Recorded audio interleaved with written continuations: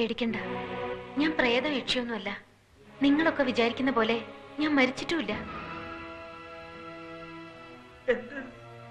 എന്റെ പേര് മീരയെന്നല്ല. മഹേന്ദ്രവർമ്മ എന്റെ ഭർത്താവുമല്ല. പിന്നെ ആരാ നീ? ഞാൻ സ്റ്റെല്ല, സ്റ്റെല്ല ഫെർണാണ്ടസ്. അതാണ് എന്റെ യഥാർത്ഥ പേര്. സംശയിക്കണ്ട, ബാലകൃഷ്ണൻ മാംഗ്ലൂർണ്ടതും ഈ എന്നെ തന്നെയാണ്. അവിടെ ഞാൻ സ്റ്റെല്ലയും അല്ല മീരയും അല്ല, ലൈലയാണ്. ഓരോ നാട്ടില് ഓരോ പേരും ഓരോ വേഷവുമായിരിക്കും എനിക്ക്. നിങ്ങൾ സ്റ്റേജിൽ വേഷം മാറി നാടകം കളിക്കുന്നില്ലേ, അതുപോലെ തന്നെ ജീവിതം മുഴുവൻ മാറി മാറി വേഷം കെട്ടി കളിക്കുന്ന ഒരു ക്രിമിനലാണ് ഞാൻ, ഒരു പെരും കള്ളി. അങ്ങനെ ഒരു കള്ള വേഷമായിരുന്നു എനിക്കിവിടെ. മീര എന്ന പേരിൽ മഹേന്ദ്രവർമ്മയുടെ ഭാര്യയായിട്ട്, ആത്മഹത്യ ചെയ്യാൻ നടക്കുന്ന ഒരു മനോരോഗിയായിട്ട് ഒക്കെ ഞാൻ അഭിനയിക്കുകയായിരുന്നു. അഭിനയം തീർത്ത് കരാർ അനുസരിച്ചുള്ള പണവും പറ്റി അന്നേ ഞാൻ മടങ്ങിപ്പോവുകയും ചെയ്തു. അപ്പൊ അന്ന് ഞങ്ങളുടെ കൺമുമ്പിൽ കിടന്ന് മരിച്ചതാരാ? അയാളുടെ യഥാർത്ഥ ഭാര്യ മീര എന്ന പേരുള്ള ഒരു പാവം പിടിച്ച തമ്പുരാട്ടിക്കുട്ടി. നിങ്ങളും ആ ഡോക്ടറും ഒക്കെ പോലീസിൽ മൊഴി കൊടുത്തതുപോലെ അവൾ ആത്മഹത്യ ചെയ്തതല്ല, അവളെ കൊന്നതാണ്. അയാൾ കൊന്നതാണ് അവളെ. എന്നിട്ട് അവൾ മനോരോഗിയായിരുന്നെന്നും ആത്മഹത്യ ചെയ്തതാണെന്നും അയാൾ വരുത്തി. ഈ എന്നെ വെച്ച് അതിനുള്ള തെളിവുകൾ അയാൾ ഉണ്ടാക്കി. നിങ്ങളൊക്കെ അത് വിശ്വസിച്ചു. അതാണ് അവൻ, മഹേന്ദ്രവർമ്മ എന്ന അതിബുദ്ധിമാനായ ക്രിമിനൽ. മഹേന്ദ്രവർമ്മയെ ഞാൻ ആദ്യം കാണുന്നതും പരിചയപ്പെടുന്നതും കൊച്ചിയിൽ വെച്ച. അവിടെ ഞാൻ അല്ലറ ചില്ലറ മോഷണങ്ങളുമായി കഴിയുകയായിരുന്നു. ഒരിക്കലും ഒരു സ്വർണ്ണക്കടയിലെ മോഷണ ശ്രമത്തിനിടയിൽ ഞാൻ കയ്യോടെ പിടിക്കപ്പെട്ടു.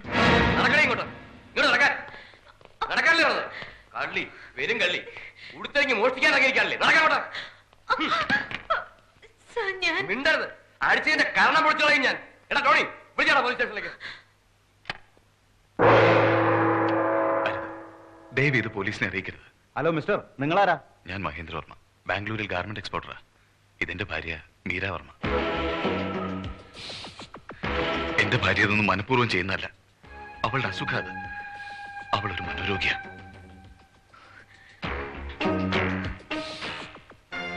സ്റ്റെല്ല ഇപ്പൊ വിചാരിക്കുന്നുണ്ടാവും ഞാൻ എന്തിനാ സ്റ്റെല്ല എന്റെ ഭാര്യയാണെന്ന് കള്ളം പറഞ്ഞ് അവിടുന്ന് രക്ഷിച്ചത്. എന്തിനാണെന്നല്ലേ പറയാം. സ്റ്റെല്ല എന്തിനാ ഇങ്ങനെ കൊച്ചു കൊച്ചു കളവുകൾ നടത്തി വെറുതെ ജീവിതം പാഴാക്കുന്നത്? കളവ് നടത്തുമ്പോൾ അന്തസ്സായിട്ട് നടത്തണം. ഒറ്റയടിക്ക് ആയുഷ്കാലം മുഴുവൻ ജീവിക്കാനുള്ളത് ഉണ്ടാക്കണം. That's my policy. ഞാൻ പറയുന്നൊരിടത്ത് സ്റ്റെല്ല കുറച്ചു നാൾ താമസിക്കണം. അവിടെ എൻ്റെ ഭാര്യയായിട്ട് മീരാവർമ്മ എന്ന പേരിൽ ഒരു മനോരോഗിയായി സ്റ്റെല്ല അഭിനയിക്കണം. അതിനെത്ര സ്റ്റെല്ലയ്ക്ക് പ്രതിഫലം വേണ്ടെന്ന് വെച്ചാൽ പറഞ്ഞോളൂ. ആവശ്യപ്പെടുന്നത് ഞാൻ തരും. അല്ലെങ്കിൽ സ്റ്റെല്ല ആഗ്രഹിക്കുന്നതിനപ്പുറം ഞാൻ തരും. നേരത്തെ പറഞ്ഞ പോലെ ജീവിതകാലം മുഴുവൻ കഴിയാനുള്ള അത്രയും. സമ്മതമാണെങ്കിൽ ഇത് മുഴുവൻ സ്റ്റെല്ലയ്ക്ക് എടുക്കാം, അഡ്വാൻസ് ആയിട്ട്. ബാക്കി കരാർ അനുസരിച്ച് ജോലി തീർത്തു പോകുമ്പോൾ. സ്റ്റെല്ല പേടിക്കണ്ട. എന്റെ ഭാര്യയാവാൻ വേണ്ടി ഒരു നിമിഷം പോലും സ്റ്റെല്ല എന്നോടൊപ്പം കഴിയണ്ട. എന്റെ ഭാര്യ എന്ന പേരിൽ സ്റ്റെല്ല ജീവിക്കേണ്ടതും മനോരോഗിയായിട്ട് അഭിനയിക്കേണ്ടതും ഒരു ഡോക്ടർ മുന്നിലാണ്.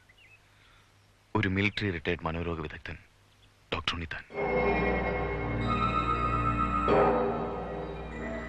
അങ്ങനെ ആ ഡോക്ടറുടെ കാറിന് മുന്നിൽ ചെന്ന് പെടാനും മഹേന്ദ്രവർമ്മയുടെ ഭാര്യയായി മനോരോഗിയായിട്ട് അഭിനയം തുടങ്ങാനും വേണ്ടി ഞാനും മഹേന്ദ്രവർമ്മയും വഴിയരികിൽ കാത്തു നിൽക്കുമ്പോഴാ ഞങ്ങളുടെ കണക്കൂട്ടലുകൾ തെറ്റിച്ചുകൊണ്ട് ഗോപാലകൃഷ്ണന്റെ കാർ ആ ഡോക്ടറുടെ കാറിന് മുന്നിൽ വന്ന് കയറിയത്.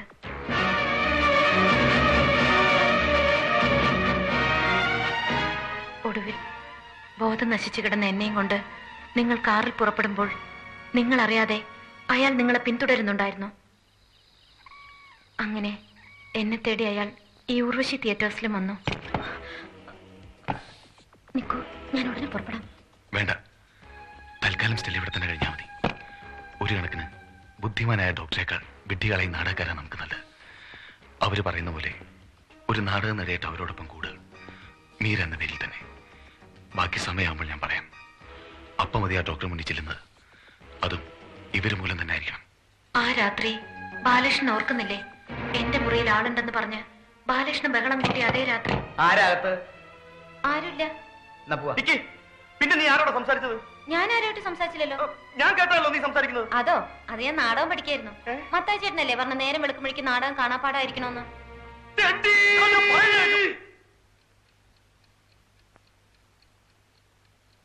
പിന്നീട് ഞാൻ ചെയ്ത ഓരോ കാര്യങ്ങളും അയാളുടെ നിർദ്ദേശം അനുസരിച്ചായിരുന്നു. നിങ്ങളുടെ മുന്നിൽ മുഴുവൻ ഭ്രാന്തിയായി അഭിനയിച്ചത്, ഹോസ്പിറ്റലിൽ വെച്ച് രോഗം ഭേദമായതുപോലെ കാണിച്ചത്, പിന്നെ എന്റെ ഭർത്താവാണെന്നും പറഞ്ഞ് അയാളെ വിളിച്ചു വരുത്തിയതും അയാളുടെ കൂടെ പോയതും എല്ലാം അന്ന് രാത്രി തന്നെ കരാർ അനുസരിച്ചുള്ള മുഴുവൻ പണവും അയാൾ തന്നു. അതും വാങ്ങി പുറപ്പെടും മുമ്പ് എന്നെ കൊണ്ട് അയാൾ ഒരിക്കൽ കൂടി നിങ്ങൾക്ക് ഫോൺ ചെയ്യിച്ചു. ഒന്നും പറയണ്ട. ഗോപാലകൃഷ്ണൻ വന്നില്ലെങ്കിൽ, അരമണിക്കൂറിനുള്ളിൽ വന്നിട്ടില്ലെങ്കിൽ ഞാൻ ചത്തുകളയും. സത്യമായിട്ട് പെട്രോൾ ഒഴിച്ച് തീ വെച്ച് ഞാൻ ചത്തുകളയും.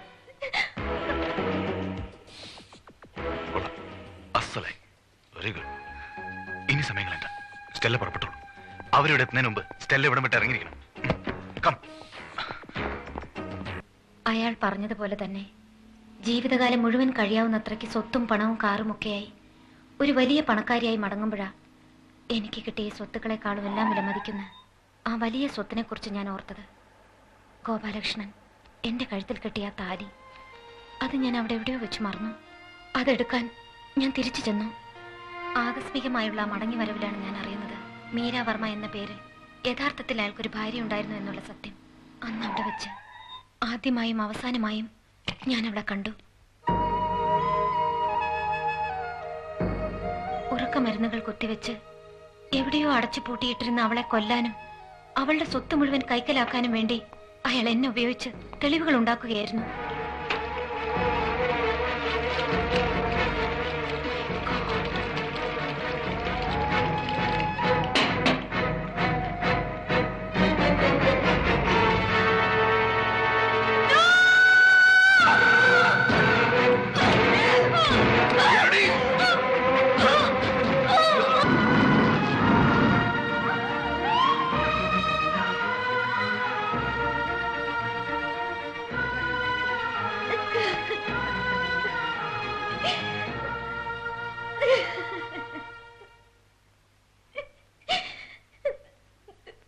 പാവിയാണ് ഞാൻ.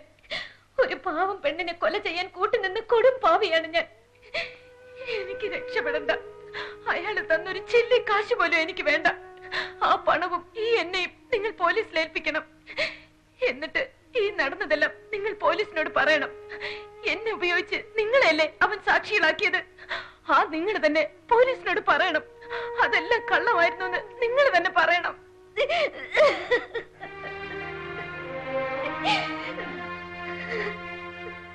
വിളിക്കണ ബാലകൃഷ്ണ പോലീസ് സ്റ്റേഷനിലേക്ക്. ആദ്യം ഇവളെ തന്നെ പിടിച്ചേൽപ്പിക്കും. നമ്മൾ നാടകക്കാരെ പറ്റി ഇവരൊക്കെ എന്താ ധരിച്ചു വെച്ചിരിക്കുന്നത്? വെറും വിട്ടികളാണെന്നോ? വിളിക്കണ പോലീസ് സ്റ്റേഷനിലേക്ക്. എന്നിട്ട് നമ്മൾ ആരാണെന്ന് നമുക്ക് അവനെ കാണിച്ചു കൊടുക്കണ. വിളിക്കടാ. എന്നിട്ട് അവനും പിടിച്ച് അകത്താക്ക്. നമുക്കൊരു കളി കളിച്ചാലോ? കളിയാ? എന്ത് കളി? അവൻ നമ്മളോട് കളിച്ച അതേ കളി നമുക്കും തിരിച്ചു കളിച്ചാലോ? തിരിച്ചു കളിക്കേ? ഒന്ന് പോയടാ നീ. പണ്ട് ഇതുപോലൊരു കളി കളിച്ചു. അതിന്റെ പരിക്ക് ഇപ്പോഴും മാറിയിട്ടില്ല. മാത്രല്ല അങ്ങനെ ഒരു കളി കളിക്കാനുള്ള ശേഷിയും പ്രായവും ഇപ്പൊ എനിക്കില്ല. അതല്ല മത്തായി ചേട്ടാ, ഇവിടെ നമ്മൾ നിർബന്ധമായും കളിച്ചേ പറ്റൂ. അല്ലെങ്കിൽ അവൻ രക്ഷപ്പെടും. അവനങ്ങനെ രക്ഷപ്പെട്ടുകൂടാ. നമുക്ക് വേണമെങ്കിൽ ഇപ്പൊ തന്നെ പോലീസിനെ വിളിക്കാം, ഇവളെ ഏൽപ്പിക്കാം, നടന്ന കഥകളൊക്കെ പറയാം. അതുകൊണ്ടൊന്നും അവൻ ശിക്ഷിക്കപ്പെടണമെന്നില്ല. പിന്നെ അവൻ ശിക്ഷിക്കപ്പെടണമെന്നുണ്ടെങ്കിൽ കോടതിക്ക് ഇവളെ വിശ്വാസം വരണം. പക്ഷേ ഇവളൊരു ക്രിമിനലാണെന്നും പണത്തിന് വേണ്ടി എന്തും ചെയ്യാൻ നടക്കുന്നവളാണെന്നും അറിയുമ്പോ കോടതി ഇവളെ വിശ്വസിച്ചെന്ന് വരില്ല. അതിന് നമ്മൾ എന്ത് ചെയ്യണമെന്നാ നീ പറയുന്നേ? നമ്മൾ കളിക്കണം. അവൻ നിർത്തിയെടുത്തുനിന്ന് നമ്മൾ തുടങ്ങണം. എന്ന് വെച്ചാ അവന്റെ ഭാര്യ മരിച്ചിട്ടില്ല. മരിച്ചിട്ടില്ലേ? അതെ, അവന്റെ ഭാര്യയെന്ന് നമ്മളെ പരിചയപ്പെടുത്തിയ ഇവൾ തന്നെയാണ് അവന്റെ യഥാർത്ഥ ഭാര്യയെന്ന് നമ്മൾ പറയുന്നു, തെളിയിക്കുന്നു. മത്തായി ചേട്ടാ, വിളിക്കവനെ. എന്നിട്ട് ഞാൻ പറയാം, അതുപോലെ അങ്ങോട്ട് പറ.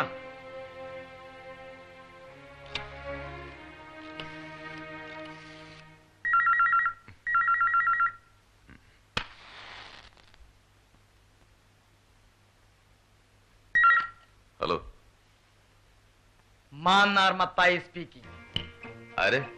മാന്നാർ മത്തായി സ്പീക്കിംഗ്. മാന്നാർ മത്തായോ? ഏത് മാന്നാമത്തായി? ഏതൊക്കെ മാന്നാർ മത്തായിമാരെ താൻ അറിയും? ഓ, നിങ്ങളാ പഴയ നാടകക്കാരനല്ലേ? ഈ പാതിരിക്ക് കാര്യമുണ്ട്. ചത്തുപോയ നിങ്ങളുടെ ഭാര്യയുടെ പേരിൽ ഒരുപാട് സ്വത്തുക്കൾ ഉണ്ടായിരുന്നല്ലോ, അതൊക്കെ നമ്മുടെ പേരിൽ വന്നോ? പൈസ ഒരു കാര്യം ഞാൻ പറഞ്ഞേക്കാം, ആവശ്യമില്ലാത്ത കാര്യങ്ങളിൽ വെറുതെ തലയിടരുത്. ആവശ്യമില്ലാത്തതാണെന്ന് ആരാ പറഞ്ഞത്? ആവശ്യമുള്ള ഒരുത്തൻ ഇവിടെ ഉണ്ട്. ആവശ്യമുള്ള ഒരാൾ ഇവിടെ ഉണ്ട്. അവളുടെ ഭർത്താവ് ഗോപാലകൃഷ്ണൻ. അവൻ ഇതിൽ തലയിടും. ഞങ്ങളും ചെറുതായിട്ടൊന്ന് തലയിട്ടു. മനസ്സിലായില്ല? മനസ്സിലാക്കി തരാം. നിങ്ങൾ മാത്രല്ല, ഈ ഗോപാലകൃഷ്ണനും അവളുടെ കഴുത്തിൽ താലി കെട്ടിയ ഭർത്താവാ. ചത്തുപോയ ഭാര്യയുടെ സ്വത്തിന് ഇവനും അവകാശമുണ്ട്. അതുകൊണ്ട് പകുതി സ്വത്ത് ഇവനും കിട്ടണം. Stop it. വെറുതെ കിടന്ന് ബഹളം ഉണ്ടാക്കണ്ട. ഇവൻ അവളുടെ ഭർത്താവാണെങ്കിൽ അവളുടെ സ്വത്തിന്റെ പകുതി അണ പൈ ബാക്കിയില്ലാണ്ട് ഇവൻ മേടിച്ചിരിക്കും. Mahendra, good night brother.